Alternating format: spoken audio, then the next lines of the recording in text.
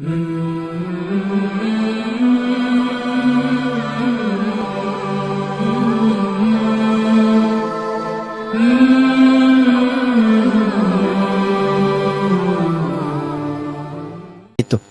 Teman-teman yang perempuan, Sayyidah Aisyah istri Nabi itu kurang lebih beliau mengoleksi 2000 hadis. Nah, itu menjadi bagian dari karakter kehidupan beliau. Sampai dari 2000 itu beliau pernah mendalami kedokteran. Sampai dikenal pakar di bidang kedokteran.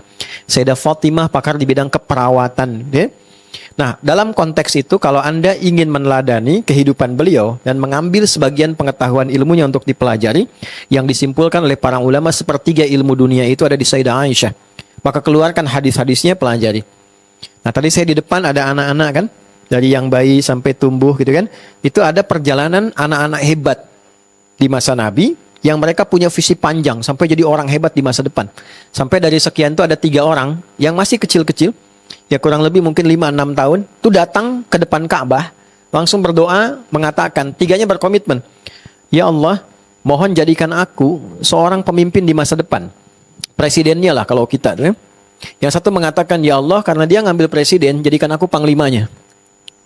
Yang satu mengatakan, ya Allah, karena dia sudah ada panglima dan presiden, aku nggak minta banyak, ampuni aja dosaku. Jadi yang ulama gitu kan. Nah, tiga-tiganya kelak, tiga-tiganya mereka jadi sesuai dengan permintaan dan doanya masing-masing. Gitu. Tiga-tiganya. Itu sosok-sosok hebat. Kita akan temukan Ibnu Abbas, Ibnu Omar, Ibnu Amr bin As, masing-masing punya koleksi hadis. Ibnu Abbas itu kurang lebih 2000 hadis. Ibnu Omar kurang lebih 2500 hadis. Dan itu orang-orang hebat yang kemudian jadi sesuatu di masa depan. Nah, kalau kita menginginkan referensi tentang pencarian hadis, hadis ini ditemukan di mana? Di urutan apa? Maka cari namanya kitab Mu'jam. Mu'jam. Ya, misalnya Al-Mu'jam Al-Wasit, ya, Mu'jam At-Tabrani, ada Al-Kabir, ya, ada As-Saghir, ada Al-Wasit. Itu tiga-tiganya adalah referensi untuk menemukan hadis dengan cepat. Sekarang bisa menggunakan metode komputerisasi, ya, diklik tinggal ada. Dulu manual. Nah, di kitab Jami ini isinya tematik, teman-teman. Jadi kalau kita ingin tahu tema-tema kehidupan Nabi dalam kesehariannya selama 24 jam misalnya. Nabi ngapain aja sih? Dari bangun tidur sampai tidur lagi. Nah, Imam Al-Bukhari punya peran dalam mengumpulkan itu. Sehingga beliau keluarkan ini kurang lebih dengan penempatannya ada 7.000 hadis. Yang disebutkan terpisah ada kurang lebih 4.000 hadis. Dibagi ke dalam 97 tema. Ya, dari mulai tema kitab Badul Wahyi, legalisasi kenabian, kemudian tema iman, kitabul iman. Anda kalau bertanya, Ustadz kenapa sih saya tuh kalau misalnya sedang semangat, imannya naik, amalannya juga cepat, sholatnya rajin. Tapi kalau sedang turun, kan? Nah, tiba-tiba misalnya jangankan yang sunnah, yang fardu aja kadang terlambat misalnya. Gimana cara naikinnya supaya kuat dan dijaga supaya nggak turun? Maka Anda keluarkan kitab iman, topik yang kedua, tema kedua, ada 57 hadis di dalamnya, ada beberapa subtema. Nanti ada dianalisis penyebabnya. Misal ada karena terlalu fokus dunia, ya menyebabkan pencarian akhiratnya jadi lemah. Ada karena mohon maaf maksiat sehingga taatnya itu melemah. Ada macam-macam. Al-imanu yazidu wa yantaqis, kesimpulannya yazidu bil taat wa yantaqisu bil maksiat. Kadang-kadang iman itu naik turun, naik dengan ketaatan, kebaikan, turun dengan maksiat. Dari turunan ini macam-macam. Ada bahkan tema tentang bisnis, tema tentang dagang. Kitabut tijarah, teman-teman yang berdagang, berbisnis, keluarkan hadisnya. Nanti ada ayatnya, ada hadisnya, ada persoalannya, ada solusinya. Nah, ini terkait dengan kitab doa. Persoalan doa, ad-doa, mengurai hadis tentang doa, spesifik doa yang dipanjatkan setelah sholat. Nanti kita bahas kenapa hikmahnya ini menjadi penting. Nah, ini karena ditampilkan dalam bentuk yang singkat dan padat, mukhtasar, musnad. Jadi Imam Al-Bukhari tipikalnya nggak banyak cerita, tidak banyak menjelaskan. Ini temanya, subtemanya ini, judulnya ini, ayatnya ini, hadisnya ini. Kalau dibutuhkan penjelasan, simple dan ringan. Maka datanglah seorang ulama besar, namanya Ibnu Hajar Al-Asqalani. Ibnu Hajar Al-Asqalani. Ya, saya penting sampaikan Al-Asqalani karena ada yang kedua nanti Al-Haythami. Asqalani. Jadi ada Ibnu Hajar Al-Asqalani, ada Ibnu Hajar Al-Haythami.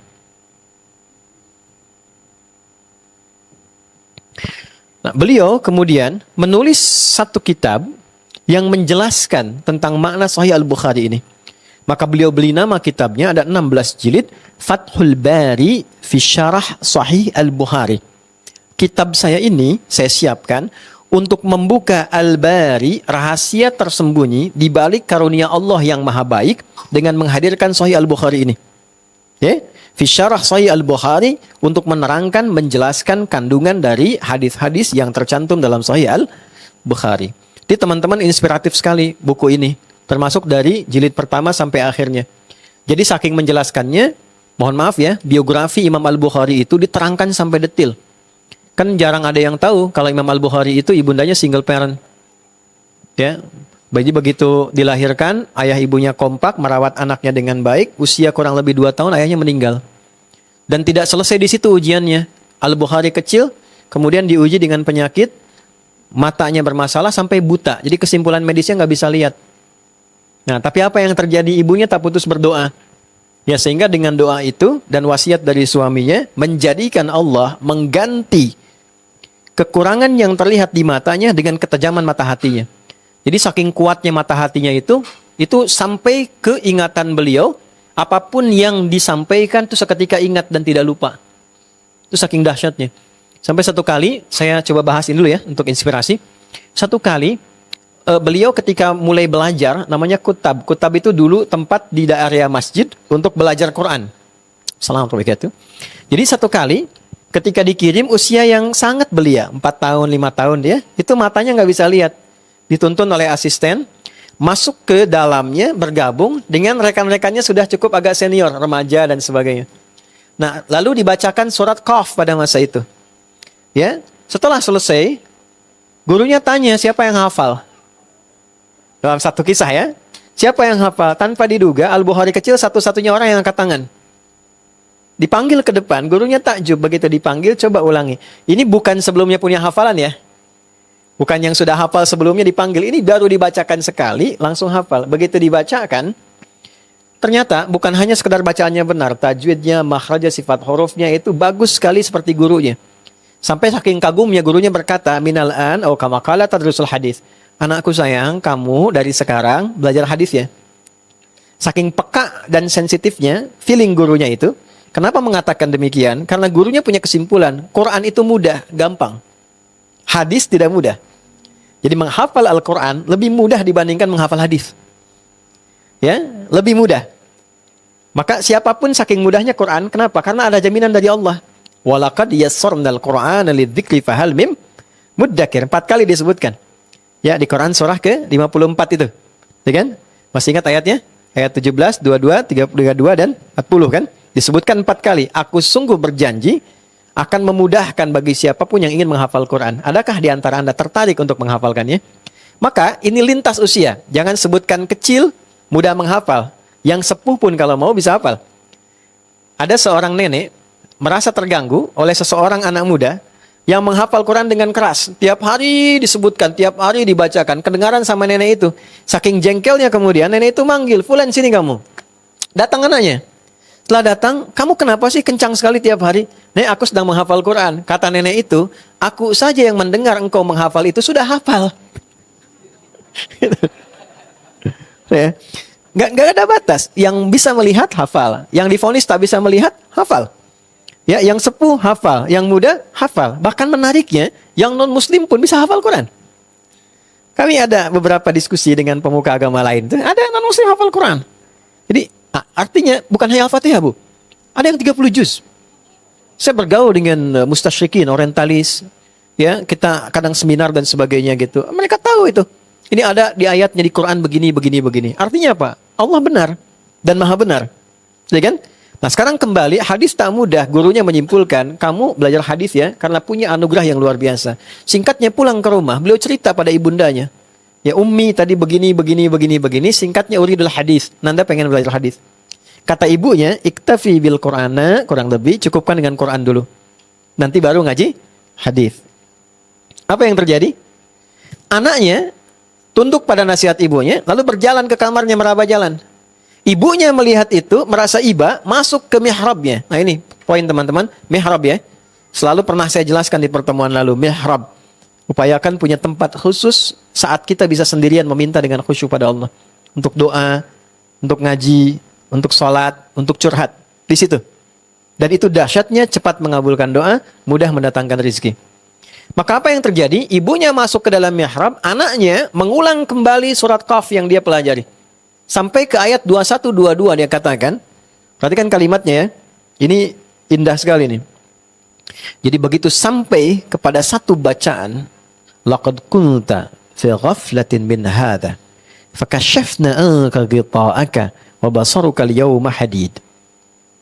Perhatikan irisan di sini karunia Tuhan bersamaan dengan harapan seseorang. Dulu pandanganmu tertutup, tak bisa melihat. Sekarang mulai hari ini aku buka penyingkap itu sehingga engkau bisa menatap tajam kembali. Ini sebetulnya ayat ini konteksnya tentang akhirat di hari kiamat yang semua natap semua. Tapi percikan karunianya Allah turunkan ke bumi karena ketaatan kedua orang tua yang nular ke anaknya. Maka saat sampai ke ayat itu tiba-tiba beliau terperanjat bisa melihat kembali. Saking kagetnya lompat dicari Umi, ibunya ketiduran dalam doanya. Ya, setelah selesai sholat, nah ini saya masuk nanti ke babnya, tertidur bermimpilah dengan Nabi Ibrahim bertemu. Kenapa harus Nabi Ibrahim misalnya, bukan Nabi Muhammad atau yang lain? Itu kehendak Allah ya. Tapi salah satu babnya adalah karena nama yang melekat pada Al-Bukhari itu ada bagian Ibrahim di dalamnya. Dalam bahasa agama disebut tafaul namanya. Tafaul itu melekatkan sebuah nama untuk mendapatkan percikan kebaikannya. Maka terjagalah dengan nama itu. Di situ muncul kaidah nama adalah doa. Ya, nama beliau Muhammad bin Ismail bin Ibrahim bin Al-Mughirah bin Al-Bardizbah. Tinggal di Kecamatan Ju'fah, Kabupaten Bukhara, Provinsi Khorasan, negara Uzbekistan sekarang. Nah, karena ada Ibrahim di situ, turun dalam mimpinya dan mengatakan, anakmu akan melihat kembali. Jadi kagetlah dengan suara anaknya, Umi, langsung kaget bangun. Dia katakan, Ana ra'ait, saya sudah bisa melihat lagi. Kata ibunya, Rubbama ra'aitu biqalbik. Rubbama ra'aita biqalbik. Mungkin ananda melihat dengan hatimu. Kata Al-Bukhari, kecil tidakkanlah Umi, bara'aitu bi'aini. Saya lihat dengan mata saya. Ini Umi baju ini, ada benda ini, benda ini. Keduanya berpelukan. Dari situlah mulai belajar hadis sampai jadi ahli hadis dan menuliskan Al-Bukhari 16 tahun. Sebagian ditulis di Mekah di Masjidil Haram dan diakhiri di Masjid Nabawi dan mengatakan ini hujah bekal pertemuanku dengan Nabi SAW.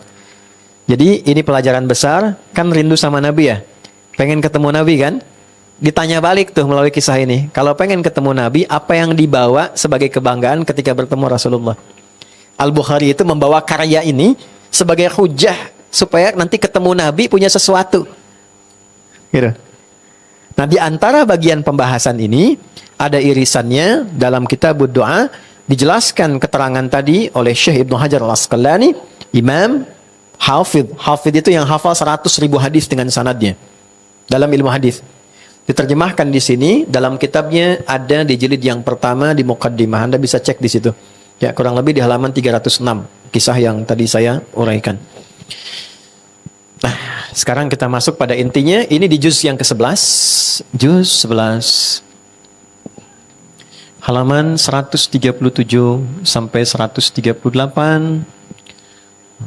Periwayatnya nanti ada sahabat Mu'adz bin Jabal, sahabat utama.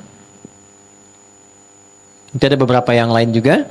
Kemudian hadis ini dikutip juga dan ditampilkan nanti oleh Imam At-Tirmidzi, termasuk Imam Ahmad sebelumnya, Ahmad bin Hanbal, muridnya Imam Syafi'i. Kemudian juga ada Abu Daud, ada juga Imam An-Nasai. Baik.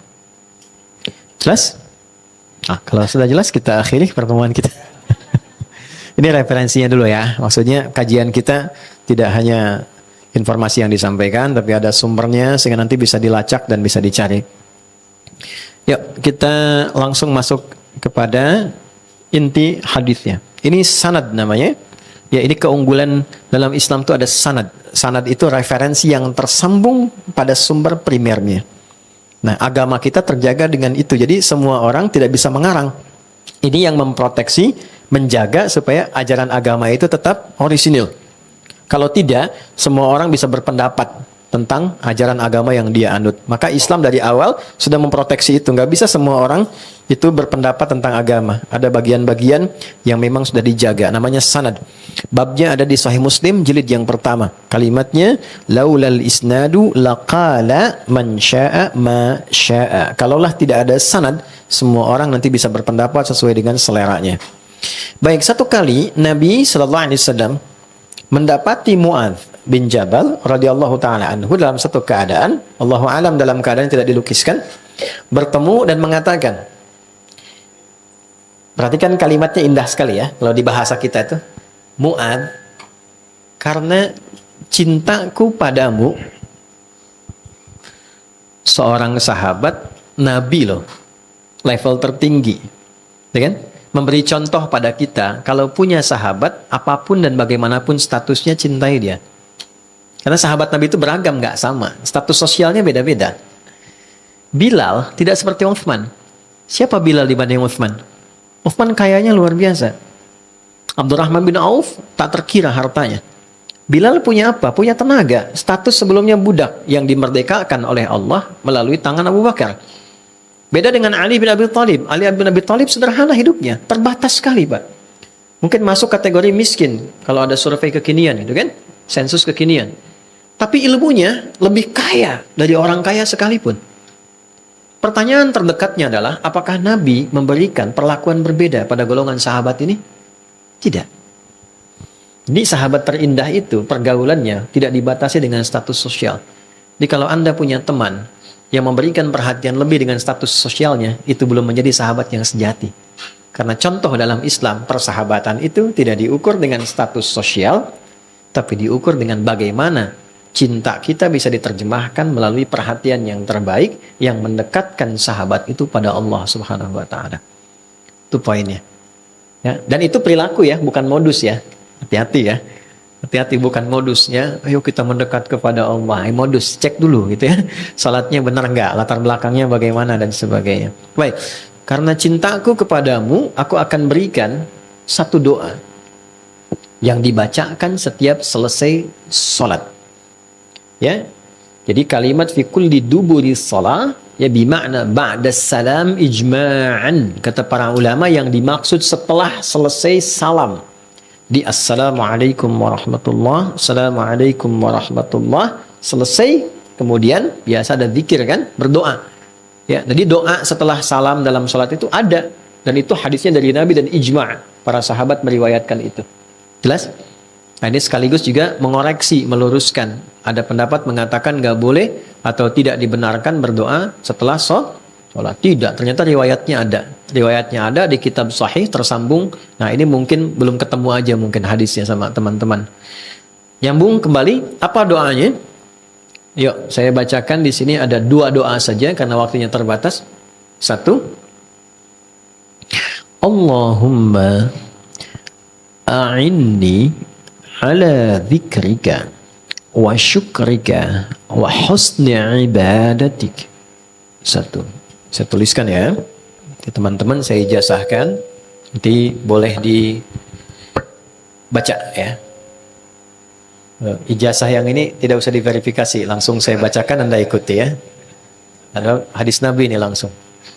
Bismillah. Allahumma a'inni, bismillah, Allahumma a'inni ala dzikrika wa syukrika wa husni ibadatik. Lihatnya campur-campur aja ya. Allahumma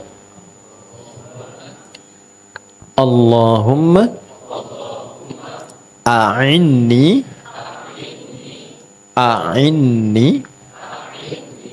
ala dzikrika wa syukrika. Ini sin besar ya, tanda ke bawah ini di khat ruqah itu sin besar. Wa syukrika. Ya. Wa husni ibadatik. Baik ya. 1, 2, 3. Jadi minta 3 hal setelah sholat. Oke, pelan-pelan. Kita masuk ke adabnya dulu. Allahumma. Oke? Nggak usah diulang. Oke. Apa artinya? Allahumma? Ya Allah. Apa artinya ya Allah? Allahumma. Baik. Allahumma itu bentuk halus dan tawadhu dari kata ya Allah. Oke. Ya Allah itu bentuk netral. Kalimat netral yang secara fitrah ditanamkan pada jiwa manusia untuk keluar, diekspresikan saat mendapati situasi-situasi tertentu. Ya Allah, untuk mengkonfirmasi dia makhluk yang bertuhan. Itu fitrahnya demikian. La yaqulunallah, dia akan berkata ya Allah. Contoh, teman-teman yang perempuan, ibu misalnya, mau keluar, terus mendung gelap, gitu kan? Apa yang diucapkan? Ya Allah, mendung kan? Nah, terus mau keluar, mau berangkat nih pengajian sekarang. Lihat macet tuh. Apa komennya? Ya Allah, macet. Kan? Gitu kan? Itu fitrah kan? Dia keluar, bisa ekspresinya itu yang standar. Bisa Allahu Akbar, macam-macam. Ya, saya pernah lihat satu tayangan di video di YouTube. Ada di agama teman-teman kita di agama lain, di tempat ibadahnya. Terus tokohnya sedang khutbah, tiba-tiba gempa. Tuh jamaahnya bilang, Allahu Akbar, katanya. Secara fitrah keluar ya. Nah, jadi kata-kata ya Allah itu konfirmasi kita bertuhan. Bahkan kepeleset pun bilang ya Allah kan. Jalan kepeleset kan ya Allah gitu ya. Itu konfirmasi kita bertuhan. Makanya itu kalimat netral yang umum. Nah, dalam doa kalau kita ingin lembutkan kalimatnya pada bentuk tawadhu yang merendahkan diri kita, doa itu kan minta dari yang rendah ke yang tinggi kan? Nah, maka bagaimana adabnya supaya kita merendahkan, menjatuhkan kepasrahan kita kepada yang punya segalanya. Maka Nabi mengajarkan satu kalimat dalam bahasa Arab namanya Allahumma. Okay? Maka adabnya ketika diucapkan Allahumma itu jangan meninggi. Catat kalimat ini ya. Seseorang yang semakin meninggi, Allah pasti rendahkan serendah-rendahnya. Tapi ketika seorang hamba merendah, Allah angkat-angkat setinggi-tingginya. Itulah kenapa Allahumma itu penting sebagai adab yang mengajarkan pada kita dan mengkonfirmasi kalau berdoa, rendahkan dulu diri kita dan merasakan bahwa kita ini butuh. Gitu. Dan itu sudah fitrah. Anda mau jadi pejabat pun setinggi apapun pasti berdoa. Presiden aja berdoa kok. Orang kaya sekaya apapun pasti berdoa juga. Minimal doa supaya kekayaannya bisa terjaga gitu kan. Yang butuh juga kan. Orang berilmu sepintar-pintarnya berdoa juga. Artinya mengkonfirmasi dia butuh. Nah, jangan dibawa status sosial itu. Tuh. Anda kalau mau kerja, ya public figure ataupun siapapun, ya apapun aktivitasnya pasti kan doa dulu kan. Nah, doa itu jangan terlalu tinggi. Ya Allah, aku mohon ya, mudahkan urusanku hari ini. Nah, itu masih umum. Kalau sudah Allahumma, itu merendah. Allahumma, rendahkan diri kita. Oke, satu. Ini agak mahal ya. Ini ilmunya agak mahal yang diajarkan pada kita. Saya hanya menyampaikan kembali. A'inni. Ini asalnya dari kata a'in. Gini, a'in. Kemudian ditambahkan nun. Sambungkan dengan kepasrahan diri. Nunnya ini nunul wiqayah, penyambung untuk menguatkan jiwa. Maksudnya apa? Kalau berdoa, mesti yakin. Koneksikan diri kita dengan Allah sepenuhnya dan hadirkan keyakinan. Jangan ragu. Bagaimanapun jawaban Allah, terserah Allah. Yang penting saat minta mesti yakin. Itu dulu poinnya. Ya, satu, ada sifat rendah. Merendahkan diri kita. Merendah diri itu hanya pada Allah ya. Kalau pada makhluk rendah hati. Rendah diri itu hanya pada siapa? Allah. Karena kita merendahkan diri sepenuhnya. Sujud itu kan menapakkan yang terhormat di kepala ke lantai. Itu kan perendahan diri sepenuhnya. Jadi, rendah diri di kalangan manusia tidak boleh. Karena itu lambang dari pesimis untuk manusia. Tapi rendah diri di hadapan Allah itu kehormatan. Iblis itu menjadi iblis ketika tidak merendahkan dirinya. Disuruh sujud dia nggak mau. Disuruh sujud dia menolak. Baik ya? Nah, kita bedanya dengan makhluk tadi, kita diminta merendah, kita merendah. Adab doa, rendahkan dirimu sepenuhnya. Yang kedua, hadirkan keyakinan sepenuhnya dan koneksikan, sambungkan diri kita sekhusyuknya. Minta dengan khusyuk, yakin punya Allah, sampai merasa punya Allah. Di berdoa itu jangan cuma di sini, maaf. Jangan cuma di lisan. Sambungkan kalimat doa itu sampai terasa pada jiwa, sampai ke sini. Ya, sampai kita merasa doa itu hadir pada jiwa kita, sampai di sini. Di tiga ini ya, ini penting sekali. Ini hal yang paling dasar. Jangan sampai begini, nanti setelah diajarkan Anda tanya, Ustadz, saya sudah minta kok nggak dikabulkan. Yang saya khawatirkan bukan masalah permintaannya, adabnya hilang. Ini nggak ada. Baik ya, jadi yang pertama, rendahkan diri kita. Yang kedua, hadirkan keyakinan pada jiwa kita dengan seyakin-yakinnya bahwa hanya Allah yang mampu mengabulkan doa ini, bukan yang lain. Baik ya. Yang ketiga, koneksikan diri kita sepenuhnya dengan Allah. Makanya salah satu keterangan doa disampaikan setelah sholat. Kenapa pasca sholat? Karena sedang terkoneksi, baru dilatih. Kan dalam sholat itu bahasa Arab untuk mewakili makna terhubung, tersambung. Dari kata silah, wasola, sampai. Silah itu koneksi yang kuat yang sulit diputuskan. Kenapa ibadah ini disebut sholat? Karena sholat itu menghubungkan kita dengan Allah sehingga terhubung dan sulit dipisahkan. Ciri orang berhasil sholat, pasca sholat, dia punya hubungan, keterhubungan dengan Allah. Ingat itu kan terhubung. Di mana ditemukan surat 4, ayat berapa? 103. فَإِذَا قَضَيْتُمُ الصَّلَاةَ Maka jika Anda telah tuntas mengerjakan sholat, فَذْكُرُوا cepat terkoneksilah. Kalau Anda berhenti di sini, فَإِذَا قَضَيْتُمُ jika Anda telah menyelesaikan sholat, ini makna yang pertama, ada orang yang hanya sholat untuk menyelesaikan kewajiban formalnya saja. Dia tak peduli apakah khusyuk atau tidak. Yang penting sudah sholat. Ya. Nah, kalau nggak disebutkan kapan, siapa, dan di mana, ini menunjukkan di setiap masa akan ada orangnya. Dan setiap orang akan ada masanya. Jadi akan ada orang yang sholat, yang penting prinsipnya, yang penting udah sholat. Menggugurkan kewajiban. Dia tidak terlalu berpikir apakah sholat itu bermanfaat untuk dia atau tidak. Ada berkahnya atau tidak, yang penting saya udah sholat.